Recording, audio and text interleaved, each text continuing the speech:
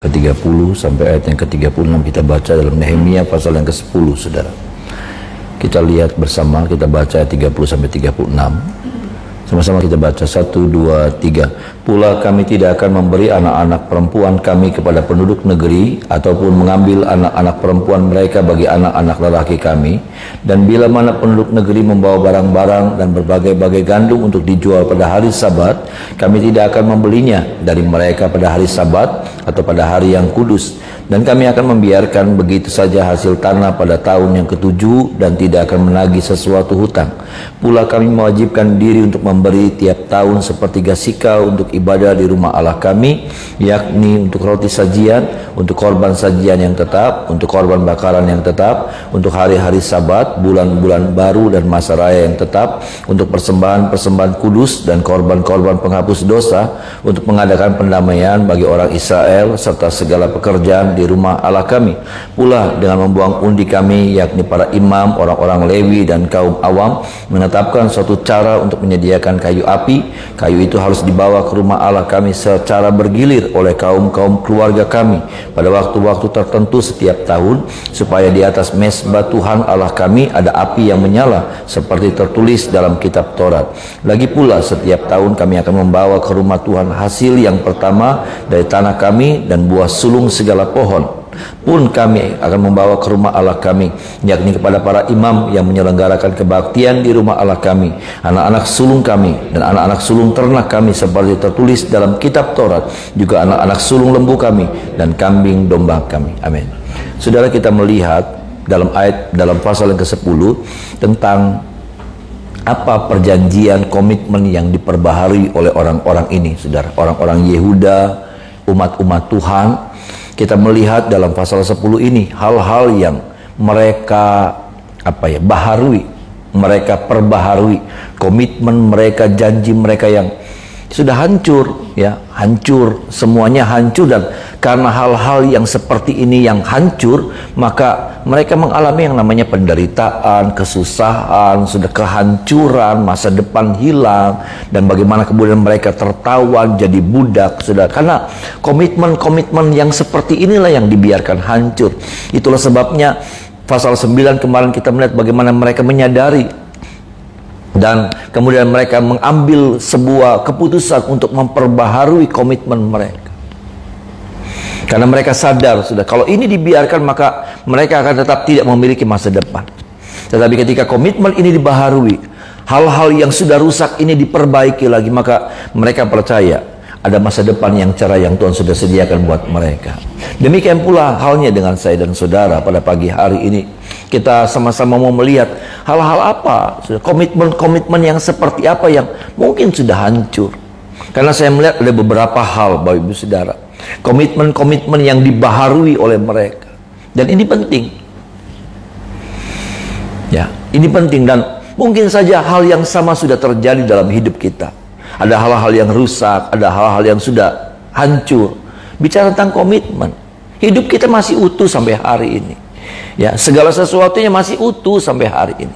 Tetapi ada hal-hal yang sudah rusak, ada hal-hal yang sudah hancur dalam hidup kita. Terutama bicara tentang komitmen-komitmen ini, saudara. Mari sama-sama kita lihat, Bapak Ibu Saudara, hal-hal apa yang mereka perbaiki, komitmen apa saja yang mereka baharui, saudara. Yang pertama, saudaraku, kita melihat pada ayatnya yang ke-30 tadi. Sama-sama kita baca ayat 30. Sama-sama saudara, 1, 2, 3. Pula kami tidak akan memberi anak-anak perempuan kami kepada penduduk negeri ataupun mengambil anak-anak perempuan mereka bagi anak-anak lelaki kami. Saudara, yang pertama, saudaraku, yang mereka lakukan adalah menjaga keturunan yang kudus. Ya, menjaga keturunan yang kudus. Sama-sama bilang sama saya, menjaga keturunan yang kudus, saudara. Ya. Nah, ini saudara sudah tidak ada. Kenapa? Karena waktu itu dahulu kala, saudara, mereka membiarkan anak-anak mereka kawin, anak-anak perempuan mereka kawin, diambil sama laki-laki bangsa lain, dan anak-anak laki-laki mereka juga mengambil wanita-wanita bangsa yang lain. Sehingga apa? Campur aduk, pernikahan yang campur aduk ini terjadi. Sehingga tidak terjaga tuh yang namanya keturunan yang kudus. Ada beberapa suku yang kawinnya harus sama. Ada orang-orang yang ada orang-orang kaya yang kalau anaknya nikah, saudara, anaknya harus nikah sama satu keluarga.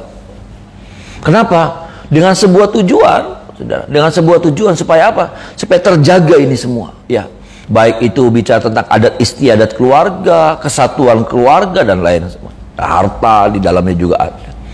Dan sebetulnya saudara, Tuhan juga sudah mengajar, bukan sama kita. Tuhan juga sudah mengajar, bahkan sangat keras Tuhan mengajar, saudara. Bahwa firman Tuhan katakan bahwa terang tidak bisa bersatu dengan gelap. Dan ini saudara, komitmen ini yang mereka perbaharui terlebih dahulu. Karena ini yang membuat mereka hancur. Ini yang membuat mereka hancur. Apa namanya? Modernisasi cara berpikir. Udahlah, nggak apa-apa. Udahlah, udah besar. Bisa milih sendiri. Maaf saudara, kita harus tegas juga dalam hal ini. Kita harus perbaharui komitmen yang satu ini. Ya, kita harus tegas dalam hal yang satu ini. Lebih seringkali pertimbangannya lebih kepada apa? Lebih kepada hal-hal yang sifatnya materi.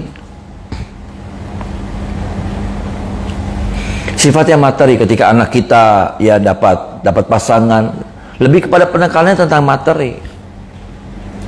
Pertanyaannya adalah yang pertama lah, anaknya siapa? Anaknya wong kaya duduk. Iya kan? Maaf, anaknya orang kaya bukan. Bukan tentang menjaga keturunan yang kudus. Bukan bertanyanya begini, anaknya siapa? Anak Tuhan bukan. Ada amin saudara. Itu pertanyaan yang paling utama harusnya. Kalaupun ada pertanyaan anaknya siapa, anaknya orang kaya bukan, itu pertanyaan yang selanjutnya. Kita ganti pertanyaan ini. Pertanyaan yang nggak penting jadi penting. Pertanyaan yang penting jadi nggak penting. Dan sama, Yehuda hancur, Israel hancur. Karena apa? Karena ini nggak ada batas, nggak ada tembok, nggak ada aturan yang jelas. Anak-anak perempuan mereka kasih kepada orang-orang, ya pria-pria bangsa-bangsa lain. Pria-pria mereka, anak laki-laki mereka ambil wanita-wanita, kawin. Maaf nih saudara, yang begini harus tegas. Bukankah kita rindu melihat anak-anak kita, anak-anak yang diberkati oleh Tuhan? Rumah tangga mereka, rumah tangga yang diberkati oleh Tuhan. Mau tidak mau, syaratnya. Dan ini nggak ada sama mereka. Itulah sebabnya mereka baharui komitmen ini.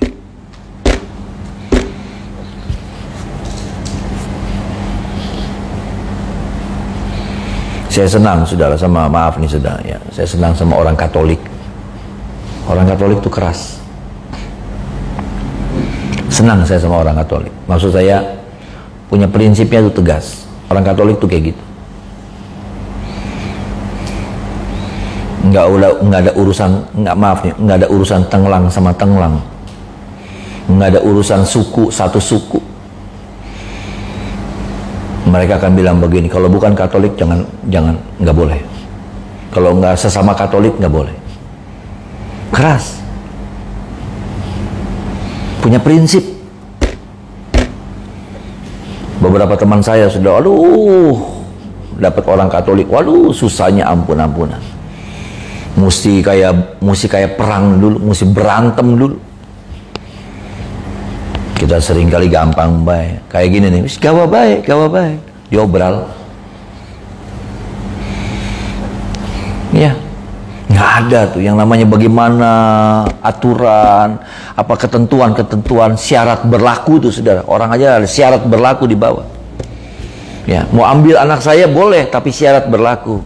Betul saudara. Iya, syarat berlaku.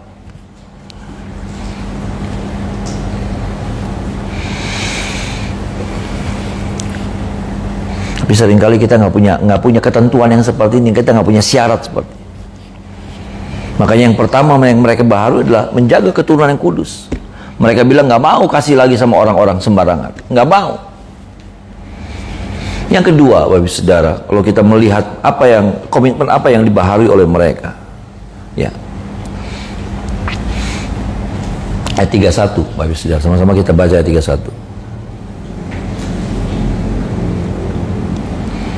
1, 2, 3. Dan bila mana penduduk negeri membawa barang-barang dan berbagai-bagai gandum untuk dijual pada hari Sabat, kami tidak akan membelinya dari mereka pada hari Sabat atau pada hari yang kudus, dan kami akan membiarkan begitu saja hasil tanah pada tahun yang ke-7 dan tidak akan menagih sesuatu hutang. Saudara, kalau kita melihat tentang Sabat, Bapak Ibu Saudara, ya, kalau kita bicara tentang Sabat itu bicara tentang ibadah, ya. Sama-sama bilang sama saya, ibadah, Saudara, ya. Ibadah, dan mereka berkomitmen dalam bagian yang kedua dari komitmen yang dibaharui adalah tentang ibadah, tentang Sabat. Bahwa mereka katanya kalau ada orang menjual sama mereka bangsa lain di hari Sabat, mereka tidak mau beli. Bawa barang ketika pun mereka butuh, Saudara. Konsep Sabat zaman dulu begitu, Bapak Ibu Saudara. Tidak boleh beraktivitas, tidak boleh melakukan jual beli.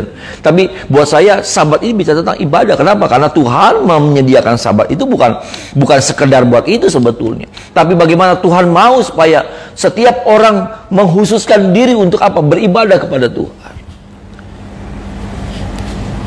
Dan bagaimana dengan Sabat kita? Ya, mereka berkomitmen untuk, kenapa? Karena mereka melanggar Sabat, mereka tabrak Sabat. Buat mereka nggak ada Sabat-sabatan, nggak ada ibadah-ibadah. Mereka bisa tinggalkan Sabat kapan saja, ya, seenak mereka. Artinya mereka bisa meninggalkan ibadah kapan saja, nggak peduli. Yang penting apa? Kalau bicara untung, kalau bicara kesenangan, Sabat ditinggalkan. Konsep Sabat sekarang sudah begitu modern, nggak salah.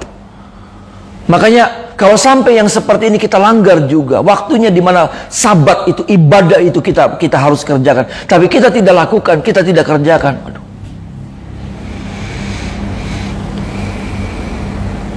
Sabat zaman dulu lebih ketat, Saudara. Sabat zaman dulu tuh, Saudaraku, 24 jam. Sabat zaman dulu, Saudara, orang nyepi 1 tahun 1 kali. Betul, Saudara, orang Hindu. Tapi Saudara tahukah, Saudara, orang Yahudi nyepi itu 1 minggu 1 kali. Iya. Zaman dulu, Saudara, orang jalan keluar rumah nih, Saudara, itu langsung bisa dilemparin batu. Kalau Saudara ke Israel, saya pernah ngalamin, Saudara. Ke Israel, busnya sudah telat. Maksudnya Sabatnya mereka kan dimulai jam 6 sore. Jadi bus kami masih ada di tengah jalan. Itu ibu-ibu yang lagi jalan katanya mau ibadah, mau ke sinagog. Ya. Itu mereka maki-maki, Saudara. Katanya di daerah-daerah yang keras itu sampai orang lempar batu ke busnya. Kenapa? Buat mereka nggak ini orang-orang nggak ngehargain. Sampai segitunya. Konsepnya zaman dulu Sabat itu ketat sekali, 24 jam.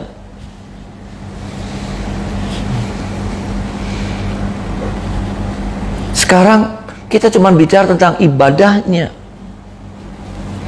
Dan ayo sama-sama, Saudaraku, kita berkomitmen bahwa ibadah itu segalanya buat kita. Ada amin, Saudara. Ibadah itu harus nomor 1, karena ibadah itulah, disitulah kita hidup, kita terhubung sama Tuhan. Disitulah ada ungkapan syukur, ada ucapan syukur, ada terima kasih kita buat sepanjang minggu yang kita sudah jalani. Ada amin, Saudaraku. Kita bergembira di dalam Tuhan, itu kurang lebihnya, Saudara. Kita merayakan kebaikan Tuhan, itu artinya Sabat itu, Saudara. Kita merayakan kebaikan Tuhan yang sudah berlaku 1 minggu, itu bisa terjadi banyak hal dalam hidup Saudara. Betul, Saudara? Ya, 7 kali 24 jam yang sudah kita jalani itu ada banyak hal yang bisa terjadi menimpa Bapak Ibu Saudara. Dan kalau sampai hari itu kita masih ada, bukankah semuanya karena Tuhan, Saudara? Ada amin, Saudara. Tuhan yang jaga, Tuhan yang pelihara kita.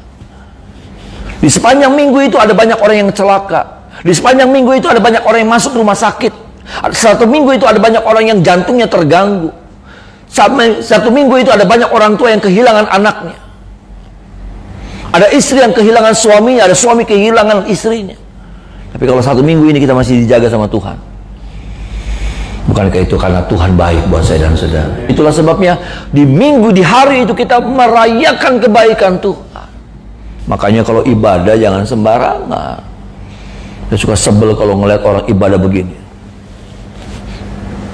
nantangin Tuhan. Maaf nih, sudah nggak sopan. Sudah rapat di mana saudara? Begini kok, suruh keluar.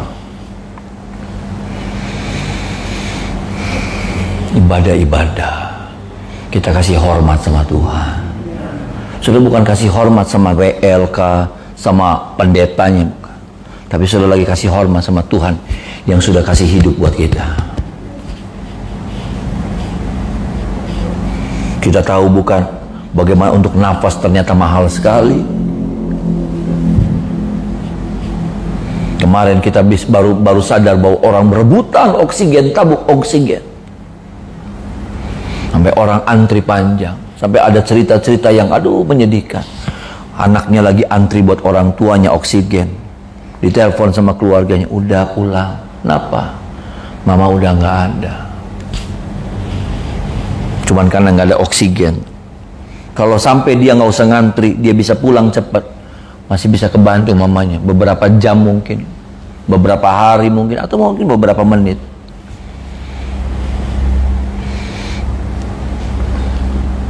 Sabat itu adalah saat dimana kita merayakan kebaikan Tuhan, merayakan apa perbuatan Tuhan sepanjang minggu yang sudah kita lewati, yang di dalamnya ada banyak hal yang bisa terjadi dalam pekerjaan saudara, dalam kesehatan saudara, dalam keuangan saudara.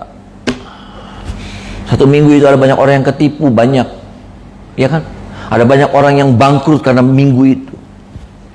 Tapi sudah masih terjaga sampai hari ini. Ada banyak orang yang tadi saya katakan, ada banyak orang tua yang kaget dapat telepon anaknya mati, anaknya celaka. Tapi kalau kita semuanya masih baik-baik saja, itu bukan karena alam yang mengaturnya, tapi karena Tuhan yang mengaturnya. Amin, saudara. Itu bukan karena alam yang mengaturnya, tapi karena Tuhan yang mengatur. Artinya apa? Ada tangan Tuhan yang jaga gitu.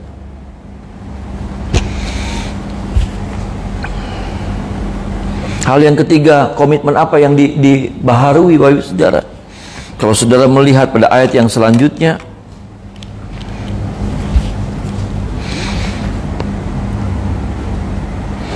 ayat 32 saja, seharusnya panjang ini beberapa ayat saudara, tapi kita baca ayat yang ke-32 saja. Sama-sama kita baca ayat 32. 1, 2, 3. Pula kami mewajibkan diri untuk memberi tiap tahun sepertiga sikal untuk ibadah di rumah Allah kami. Cukup sampai di situ. Saudara, hal yang ketiga yang mereka baharui, komitmen mereka, janji mereka yang tadinya sudah rusak, adalah korban persembahan. Sama-sama bilang sama saya, korban persembahan, saudara. Korban persembahan. Itu yang mereka baharui. Dan ini juga yang harus kita baharui. Kenapa? Karena kadangkala dengan segala keadaan yang situasi yang terjadi yang kita alami, saudara, komitmen tentang yang satu ini jadi hilang. Tentang berkorban, tahu memberi itu jadi hilang.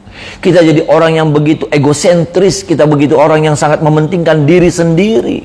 Kita jadi orang yang pelit. Kenapa? Karena kita bilang begini, saya juga punya masih banyak kebutuhan. Iya, betul. Makanya apa? Yehuda juga sama, saudaraku. Yehuda juga sama dengan segala keadaan yang berubah-ubah, ekonomi yang berubah-ubah, sehingga mereka semakin begini nih, saudara, sama Tuhan.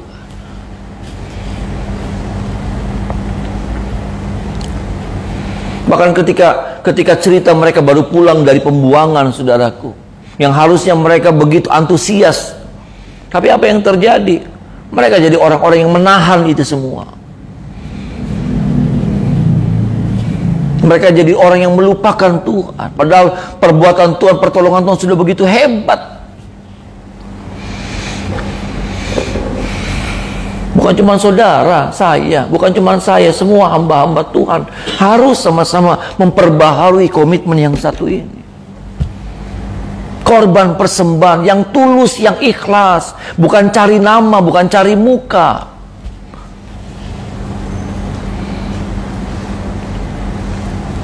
Ini Bapak Saudara, korban persembahan kita karena kita memang mencintai Tuhan. Nah, ini yang sudah tidak ada, ini yang hilang di tengah-tengah orang-orang Yehuda. Mereka jadi orang yang nggak peduli dengan Tuhan. Mereka jadi orang yang hanya mementingkan diri sendiri. Mereka jadi orang yang nggak tahu berkorban.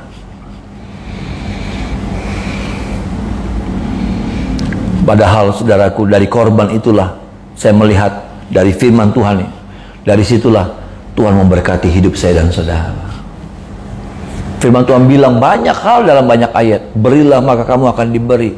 Takaran yang baik, ya, yang dipadatkan, ya, yang digoncang sampai tumpah keluar. Itu kayak tepung tuh saudara, ditepung, dimasukin, ditoples, ya saudara, sampai udah penuh nih, ya, digoncang, goncang, tambahin lagi, goncang, kan turun lagi, sampai terus dipadatin lagi, digoncang lagi, dipadatin lagi, digoncang lagi, tambahin lagi, sampai tumpah keluar. Itulah takaran yang baik.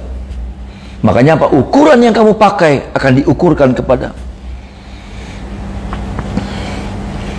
Kadang-kala kita selalu eman-eman gitu. Kadang-kala kita selalu bicara tentang eman-eman. Kalau saya bicara selalu tentang eman-eman, saya percaya nih saudara, saya nggak mungkin Tuhan bawa sampai di titik ini. Iya. Saya mesti naikin nilai saya, ukurannya saya. Dari yang begini, maaf nih saudara ya, dari ukuran begini, 10.000 gede. Saya harus bilang begini, 10.000 itu kecil. Itu sudah. Itu ukuran yang kamu pakai akan diukurkan kepadamu. Ketika saya masuk di 50.000 nih, 50.000 itu kan gede. Tapi saya harus bilang begini, 50.000 itu kecil. Gitu. Masuk di angka 100.000, masuk di angka 1 juta, masuk sampai di angka 2 juta, 5 juta, 10 juta. Sampai nanti Tuhan ajar kita masuk sampai di angka ratusan juta. Enggak, saya sih menyampaikan apa yang jadi pengalaman saya saja. Saya cuma berani bilang begini, kalau saya nggak berani belajar, berani berkorban, memberi yang terbaik, Tuhan nggak akan bawa saya sampai di titik ini. Maaf, dalam urusan yang beginian, Tuhan butuh bukti. Tuhan nggak butuh khotbah saya. Karena ada banyak orang berani berkhotbah, tapi nggak berani melakukan.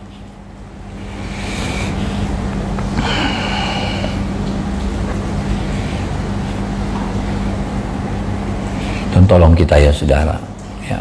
Karena ini butuh apa ya? Butuh sebuah keberanian gitu saudara. Ini butuh sebuah langkah, maksain diri. Kalau saya nggak memaksakan diri, saya nggak mungkin naik level, nggak mungkin. Kenapa? Ya maaf nih saudara, saya juga punya kebutuhan, saya juga punya keinginan.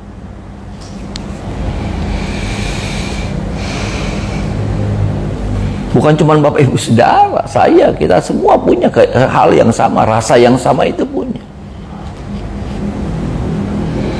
Ini saudara, ini yang mereka baharui. Hal yang terakhir, yang keempat. Ayatnya yang ke-36. Sama-sama saudara kita baca ayat ini, ayat 36, 1, 2, 3. Pun kami akan membawa ke rumah Allah kami, yakni kepada para imam yang menyelenggarakan kebaktian di rumah Allah kami, anak-anak sulung kami dan anak-anak sulung ternak kami seperti tertulis dalam kitab Taurat, juga anak-anak sulung lembu kami dan kambing domba kami. Saudara, kalau saudara melihat ayat yang ke-36, saya melihatnya adalah ini bicara tentang pelayanan. Bagaimana mereka memperbaharui hal yang kita kenal dengan nama pelayanan. Sama-sama bilang sama saya, pelayanan saudara. Ya. Itu yang mereka baharui, pelayanan. Pelayanan apa? Pelayanan kepada Tuhan.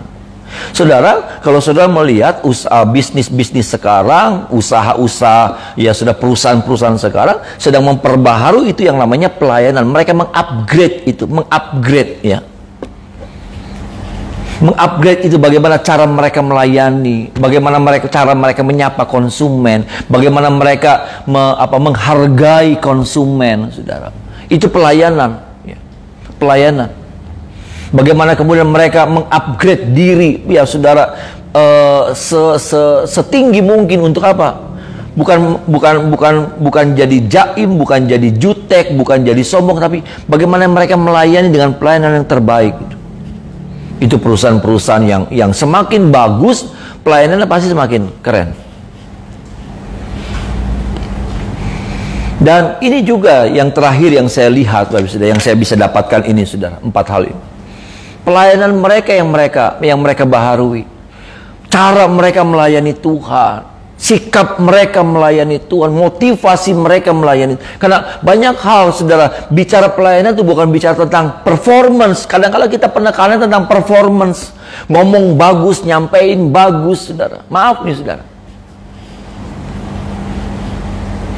Kadang-kadang kalau kita bicara tentang pelayanan cuma bicara tentang performance. Kalau sudah mau pelayanan, waduh, mesti rambut tuh, mesti baju tuh kayaknya mesti baru terus. Ya, setiap tampil mesti baru.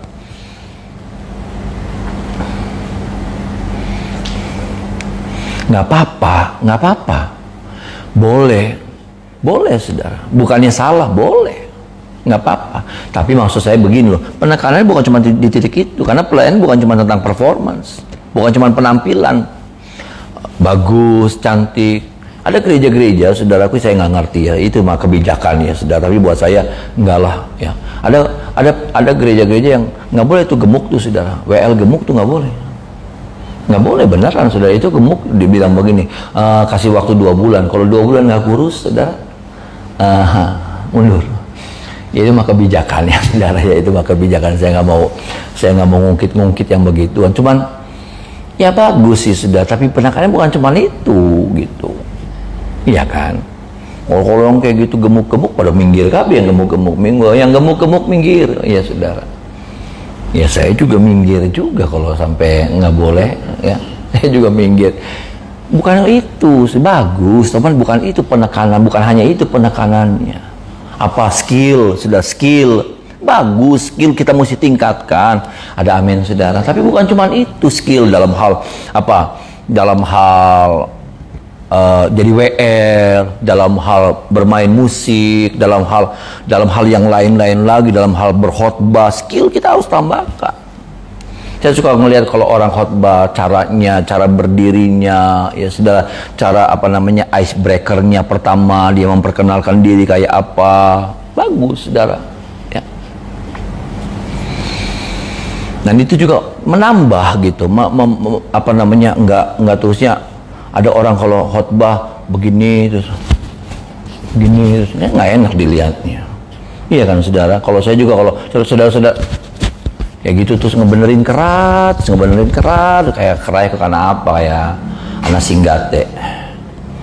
Ya, kita belajar gitu, saudara. Makanya kadang-kala saya mesti lihat cara saya khotbah, saya di YouTube, saya lihat lagi, saya amatin lagi mana nih yang kurang. Ya, saya kecepatan ngomong, saya rada belepotan ngomong, saya banyak gerak, banyak apa gitu. Itu mesti diperbaiki. Ya, skill saya dalam hal menyampaikan. Jangan nanti saya tahu-tahu kemarin saya khotbah yang sama, ini juga khotbah yang sama, nanti khotbah yang sama lagi, ya nggak enak didengarnya. Ya,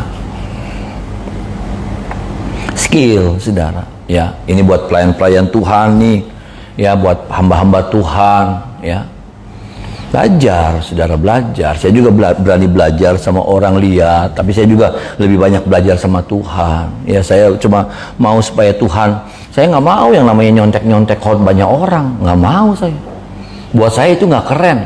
Biarin saya jelek, tapi itu asli dari saya. Saya nggak mau nyontek-nyontek dari orang, lihat khotbahnya orang terus disadur. Saya jadi plagiat, copy paste. Maaf nih, saudara, nggak mau saya. Buat saya jelek banget gitu.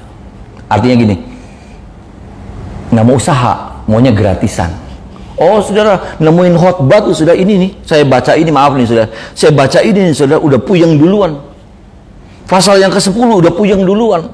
Nih, saudara, udah gini dulu. Ada Seraya, Asaria, Yeremia, Pasyur, khotbah apa? Tapi oleh anugerah Tuhan, ada amin, saudara. Anugerah Tuhan, kita minta dengan kerendahan hati, kita minta belas kasihan Tuhan. Nanti Tuhan kasih hikmat sama saudara. Ada amin, saudara. Jangan bilang saudara nggak mampu melayani. Enggak, memang kita tidak mampu melayani. Tapi kalau kita mau, Tuhan yang nanti mampukan kita. Ada amin, saudara. Bukan saya, dalam nama Yesus saya bilang bukan saya. Aduh, ini baca kayak gini nih saudara, nggak ngerti loh. Nggak ngomong bohong, nggak baca ini kalau bukan hikmat Tuhan. Lalu tiba-tiba Tuhan kasih hikmat sama saya, tring.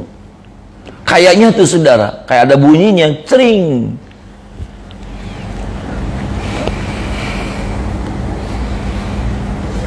Tuhan kasih kemampuan sama kita. Jadi nggak bagus, nggak bagus kalau saya menyampaikan firman khotbahnya orang terus karena saya percaya ketika saya merendahkan diri, Tuhan kasih kemampuan sama saya, sama saudara. Ada amin, saudara. Mungkin saudara nggak bisa tadinya, cuman apa? Tapi bisa. Saya lihat ada orang-orang yang punya kerinduan yang kuat dan dia bergumul sama Tuhannya. Ada orang-orang yang suaranya fals loh saudara, beneran. Saya ketemu ada orang yang suaranya fals bisa. Aduh, budak saudara, budak. Kalau dia lagi nyanyi tuh budak. Nanti bisa tahu-tahu tinggi, nanti tahu-tahu rendah. Aduh, dalam hati tuh, astaga. Tapi nggak ngerti loh saudara. Dia belajar, terus dia suaranya jadi bagus. Suaranya jadi bagus. Tuhan yang kasih kemampuan. Ada amin saudara. Satu hal nih yang membuat kita, pelayanan kita nih utuh, indah. Waktu hati kita mengerjakannya dengan cinta sama Tuhan. Itu aja. Waktu kita mengerjakan bukan buat pamer. Bukan supaya saing-saingan. Saya harus lebih daripada orang itu. Saya harus lebih hebat daripada, saya harus lebih menang daripada.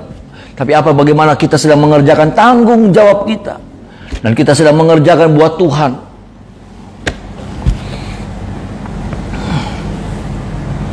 Saya nggak ada urusan sama YouTubean. Saya nggak ada urusan sama kayak gituan. Saya lagi mau memberi makan sama jemaat yang ada. Saya nggak ada urusan yang begitu.